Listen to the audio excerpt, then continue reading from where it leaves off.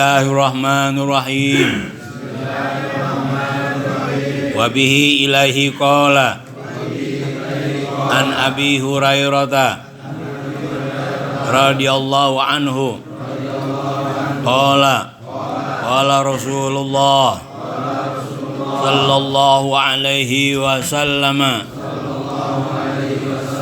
wa yaquluna al-karmu innamal karmu qalbul mu'min wa bihi ilaihi qala an Abi Hurairah radhiyallahu anhu qala akhnaul asma'i indallahi rajulun tasamma bimalikil amlak qala Sufyanu yaqulu ghairuhu tafsiruhu syahan syah wa bihi ilaihi qala an Anasin radhiyallahu anhu yaqulu atasa rajulani indan nabiyyi sallallahu alaihi wasallam washammata ahadahuma walam yushammit al-akhara faqala ar-rajulu ya Rasulullah shammata hadha walam tushammitni qala inna hadha hamidallaha walam tahmadillaha. Ini hadis sebenarnya yang hadis ke 250 itu kelongkap kemarin. Makanya nomornya ngelangkah. 250, 252, 253. 251-nya udah kemarin tuh. Ya. Jadi ini tentang karom, kemuliaan. Dari Abi Hurairah radhiyallahu anhu berkata Rasulullah sallallahu alaihi wasallam bersabda, orang-orang banyak menyebut al-karom, anggur. Anggur itu kan bahasa Arabnya dulu al-karom, kemuliaan. Padahal al-karmu atau kemuliaan adalah hatinya orang mukmin. Jadi begini. Dulu orang nyebut anggur itu inap dengan bahasa al-karmu. Nabi kurang setuju. Kalau anggur al-inab atau zabib. Ya. Tapi sahabat Nabi nyebutnya al-karmu. Padahal al-karmu artinya kemuliaan. Sampai Nabi katakan kemuliaan itu adalah hatinya orang mukmin.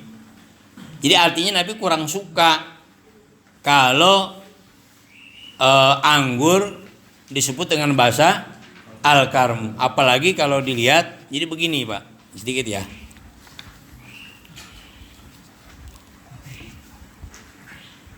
Innama samul ainab karman, mereka menyebut anggur itu dengan kalimat karman li'anal khomro al-muttakhadha minhu yahuthu al-sakha'i wa makarimil akhlaq.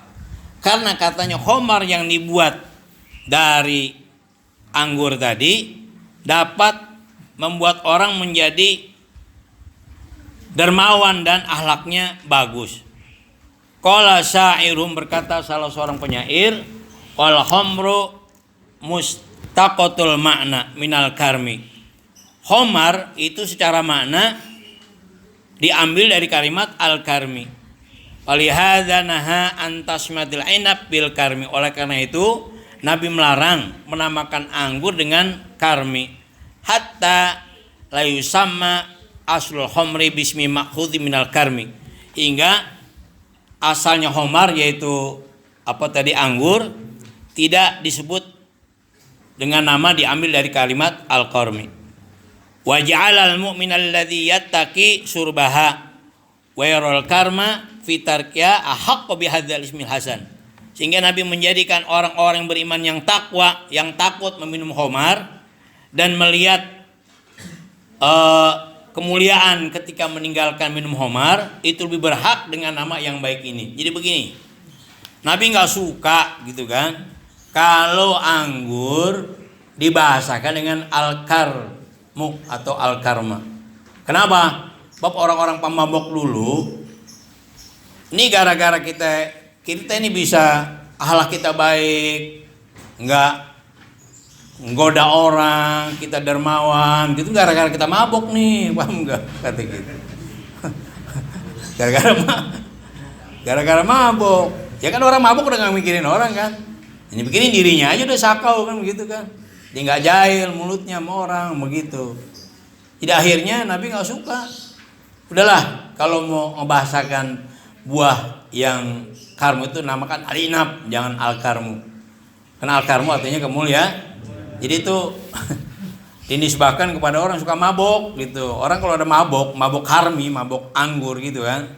Mereka akhlaknya jadi baik kata gitu. Ini bukan kata Nabi, kata siapa? Yang suka minum, yang suka mabok begitu. Padahal gue pengen jitak aja orang mabok. Yang ada malah jadi berani sama orang, paham enggak? Itu persoalannya. Makanya Nabi menjadikan orang yang takut minum khamar, orang yang menyatakan bahwa kemuliaan itu ketika meninggalkan khamar, itulah yang disebut dengan al-karmu, kemuliaan. Makanya Nabi mengatakan al-karmu qalbul mukmin. Kemuliaan itu adalah hatinya orang yang beriman. Hatinya orang beriman itu mulia begitu. Mulia, murah. Ya. Ngerti enggak? Sifat hati orang yang beriman itu adalah mulia. Gitu. Hatinya aja enggak mau jahat sama orang, apalagi perilakunya. Paham dah ya? Nah, jadi dulu memang sampai sekarang juga ada kadang-kadang masih di kitab-kitab itu menyebut apa? Mungkin karena masa-masa sejarah kan enggak bisa dilupakan. Banyak juga masih ada yang menyebut al-karmu itu apa? Anggur. Padahal al-inab atau zabib. Ya, kalau anggur basah atau anggur ya namanya inab. Kalau zabib tuh kismis tuh. Kismis itu kan dari anggur, dijemur sampai kering. Lebih awet ya. Yang zakat itu korma kan wajib zakat, anggur wajib zakat. Yang dijakatkan bukan inab, zabibnya gitu. Anggur keringnya gitu. Paham deh. Bukannya anggur basah, apalagi anggur muda gitu. Paham deh ya? Sekarang yang kedua, ini jangan sembarangan kita namain anak. Sekarang nama anak ribet banget, nyebutnya susah. Saya juga kadang-kadang kalau menghadiri acara akikah namanya siapa, ribet banget namanya. Nafrina Nafratilova, uduh. Apalagi namanya? Ya udah nggak apa-apa lah, yang penting pantas, yang penting daripada bahasa Arab tak malah salah. Dulu pernah ada namanya siapa dulu? Hah? Bukan, Sofrotul Asnan. Namanya siapa, Bu? Sofrotul Asnan. Ambil dari mana? Dari kitab apa? Riyadul Badiah. Bu tahu nggak artinya? Enggak. Sofrotul artinya kuning, asnan gigi. Artinya apa? Ibu namanya jigong. Main bahasa Arab aja. Cakep namanya. Siapa namanya? Sofrotul Asnan. Artinya jigong, Bu.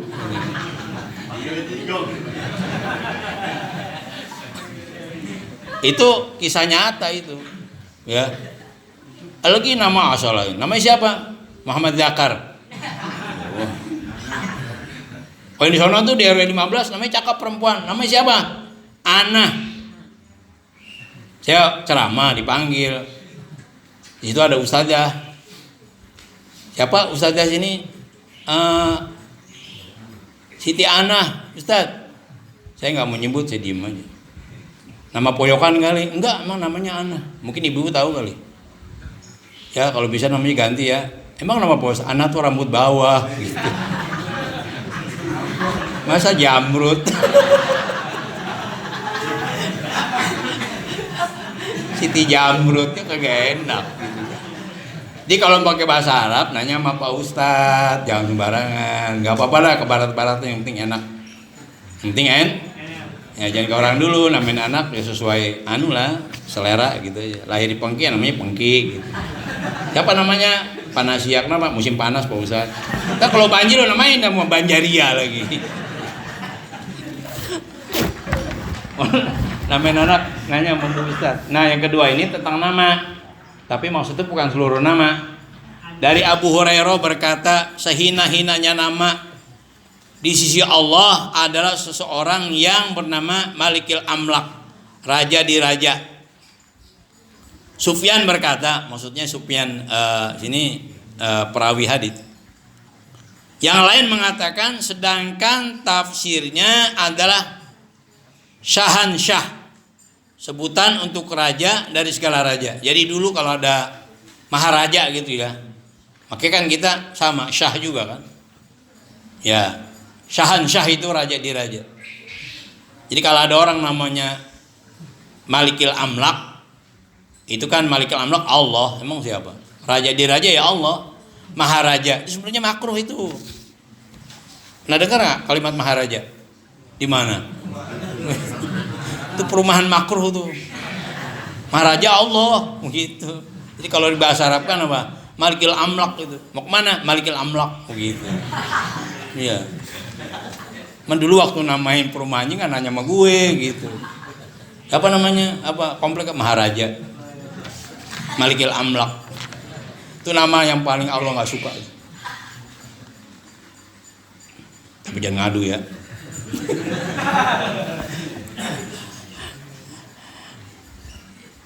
Kenapa? Sebab itu nama Allah. Sama Qodil Qudot. Apa? Hakim Agung. Ya kalau buat julukan sih gak ada masalah. Tapi kalau nama orang gitu, siapa namanya? Qodil Qudot. Jangan. Kalau nama malaikat nggak apa-apa, bapak namain anak papa Jibril, Mikail, Israfil, Azrail nggak apa-apa. Siapa nama lo? Azrail. Gurunya juga takut. Di absen, siapa namanya? Azrail. Gurunya besok udah takut. Tapi nggak apa-apa. Nama malaikat Ridwan, Malik, kan banyak nama-nama malaikat kan. Jibril, ada Jibril namanya. Cuma pakai Abu Jibril, nggak usah Jibril aja. Man berat, keberatan nama nanti malah sawan tuh bocah. Iya, orang dulu kan gitu. Kalau anak sawan mulu, ini namanya berat nih. Paham nggak? Namanya siapa? Jibril, berat banget. Apa namanya? Aduh, kacau namanya. Siapa? Azrail. Waduh berat. Ganti. Kalau udah anak sakit mulu, nah itu kata orang tua dulu, tapi bijak ya. Namanya ganti dah. Nah, ini seperti Qodil Qudot. Ya, itu nggak bagus nama kayak gitu. Jadi li'anna hadzal isma, karena nama itu min sifatil haqqi jalla jalaluh, termasuk sifatnya Allah jalla jalaluh. Fala yaliku bi makhlukin, nggak pantas dinamakan untuk seorang makhluk. Li'anal ladzi yunasibul makhluqa, karena yang pantas buat makhluk inna mahwa adzul wal khudu, adalah apa? Nama yang menggambarkan ketundukan kepada Allah. Abdullah, Abdul Somad, Abdul Rahim, paham tuh? Atau yang menggambarkan ketundukan gitu. Jangan siapa namanya Qodil Qudot. Apa tadi Qodil Qudot artinya? Ya, Hakim Agung. Siapa namanya? Malikil Amlak. Raja di raja, Maharaja gitu, Mahadewa sama ada gitu. Jangan. Kalau dewa orang Sunda, orang Hindu ya. Dah itu jadi namain yang baik lah. Namain yang baik. Sebab itu hak anak. Hak anak tuh namain. Kan ada dalam hadis itu. Hakul walad alal walid ayuh sinasmahu wa yusina adabahu. Hak anak kepada orang tua, pertama namanya bagusin. Gak harus Arab gitu. Yang penting enak aja namanya. Dan perbaiki akhlaknya, adabnya. Artinya itu anak dididik. Itu hak anak itu. Jadi kewajiban ibu-ibu, bapak-bapak. Nah, terus yang ketiga ini mengenai bangkis. Pernah bangkis nggak? Sering gitu apa ngomongnya? Bu, pernah bangkis nggak? Sering. Dari Anas radhiyallahu anhu, dua orang laki-laki sedang bersin di dekat Nabi Shallallahu Alaihi Wasallam. Lalu beliau mendoakan yang satu dan membiarkan yang lain. Maka laki-laki yang tidak didoakan berkata, wahai Rasulullah, kenapa Anda mendoakan yang ini namun tidak mendoakanku? Beliau menjawab, sesungguhnya orang ini memuji Allah, sedangkan kamu tidak memujinya. Makanya Bu, Pak, Dek, kalau bangkis biasain. Kalau nggak dibiasain nggak bisa. absen gitu. Kalau bangkis gitu ya. Gimana? Apa kita baca? Alhamdulillah. Terus yang dengar yarhamukallah. Terus kita jawab lagi. Jadi menjawab jawaban kan? Alhamdulillah. Yarhamukallah. Yahdikumullah. Gitu. Jadi ada orang dua nih di depan Nabi. Dua-duanya bangkis. Yang satu muji Allah, alhamdulillah. Yang satu diam aja. Nabi doakan tuh yang bangkis. Yarhamukallah. Mudah-mudahan Allah merahmati kamu. Protes, kok saya kagak? Lo kagak muji gitu. Paham dah? Abu Daud yang nih kitab ini ya. Yang nyusun kitab ini di sini diterangkan di dalam cerita dikit aja. Jadi waqat warada an Abi Daud sahib sunan. Abi Daud ya penulis kitab ini anau kana fi sapinatin, dia pernah berada di satu perahu. Pasami altisan, dia mendengar orang yang bangkis ala syatti, di pinggir laut, di pantai lah. Hamidallah, tuh orang bangkis muji Allah. Paktaro zarwakon bidirhamin, maka dia sewakan perahu 1 dirham. Hatta ja'ilal alti, sehingga ia datang kepada orang yang bangkis. Pasyammatahu, kemudian dia mendoakan. Jadi Abi Daud satu ketika ada di perahu, lagi jalan, tahu-tahu di pinggir laut ada orang yang bangkis. Tuh orang yang bangkis muji Allah, alhamdulillah. Turun itu Abu Daud. Mungkin orang tuh di pinggir laut nggak punya perahu kali. Hanya Abi Daud apa? Sewain 1 dirham buat dia pulang gitu. Paham nggak? Sewain apa? Perahu. Akhirnya bener aja itu orang yang bangkis tadi mendoakan Abi Daud. Ya mungkin tadi balasannya kan dia muji Allah. Alhamdulillah. Abi Daud dengar kan? Yarhamukumullah. Ya mungkin dia mendoakan yahdikumullah. Setelah dia sewain perahu, faqala fasu'ila an dzalik, maka Abi Daud ditanya, "Kenapa ente enggak sampai nyewain gitu?" La'allahu yakunu mujabah da'wah. Barangkali dia orang yang doanya mustajab. Falamma raqadu sami'u qailan yaqul, begitu yang di perahu semuanya tidur, mereka bermimpi, ya ahlas safinah, hai orang-orang yang ada di dalam perahu, inna Abu Daud isarol jannah minallah bidirhamin, sesungguhnya Abu Daud membeli surga dengan 1 dirham dari Allah. Ngimpi semua orang yang ada di kapal itu. Kata ya ini dari Allah, ilham kan gitu kan. Inna Abu Daud, sesungguhnya Abu Daud istaro al jannah, beliau membeli surga minallah dari Allah bidirhami, dengan 1 dirham. Luar biasa itu. Ya Abi Daud anu aja orangnya, positif thinking aja. Begitu dia lagi naik kapal, tiba-tiba ada orang bangkis, dia nyebut alhamdulillah, langsung dia menepi. Mungkin ditanya kali, bla bla bla bla, kenapa lo masih di pinggir laut? Enggak ada kapal, disawain kapal. Nih 1 dirham, gue sawain kapal, lo pulang. Jadi ditanya, lah apa gitu-gitu amat sih Abi Daud yang mengarang kitab ini? Jangan-jangan tuh orang doanya mustajab, begitu didoain gue dapet. Bener aja, begitu pas naik kapal lagi, semua orang yang ada di kapal ngimpi bahwasanya Abi Daud membeli surga dengan 1 dirham. Woi, makanya lo bang, kalau orang bangkis apa? Ya kalau bangkis apa? Alhamdulillah. Terus kita jawab apa? Kalau bangkis berkali-kali, ada orang udah kagak sabar, absim, alhamdulillah, ya rahmukallah, absim, alhamdulillah, terus sampai 4 kali, ya sudahlah, jadi agak tahan.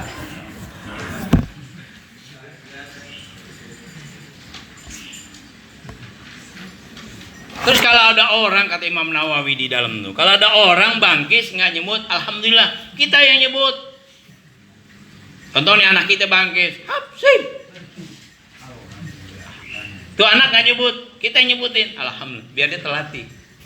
Atau tetangga kita ini udah hidungnya gede banget lagi, bangkis kagak muji. Kita yang muji, alhamdulillah. Nanti tuh orang bakal muji. Paham nggak? Sama juga teguran. Itu kata Imam Nawawi itu, ya. Yang terakhir apa sih faedah kita doakan orang yang bangkis atau kita sendiri bangkis? Kenapa kita? Faedahnya apa? Man baroda bitasmitil alti, siapa yang segera menjawab mendoakan orang yang bangkis, amina min wajil hasirah, dia bakal aman dari sakit pinggang. Nah, tuh faedahnya tuh. Udah jangan ditanya dah. Paham enggak? Ini gua baca kitab tuh yang ngarang Wali, paham? Pokoknya faedahnya orang yang suka ngejawab orang bangkit dapat apa, Bu?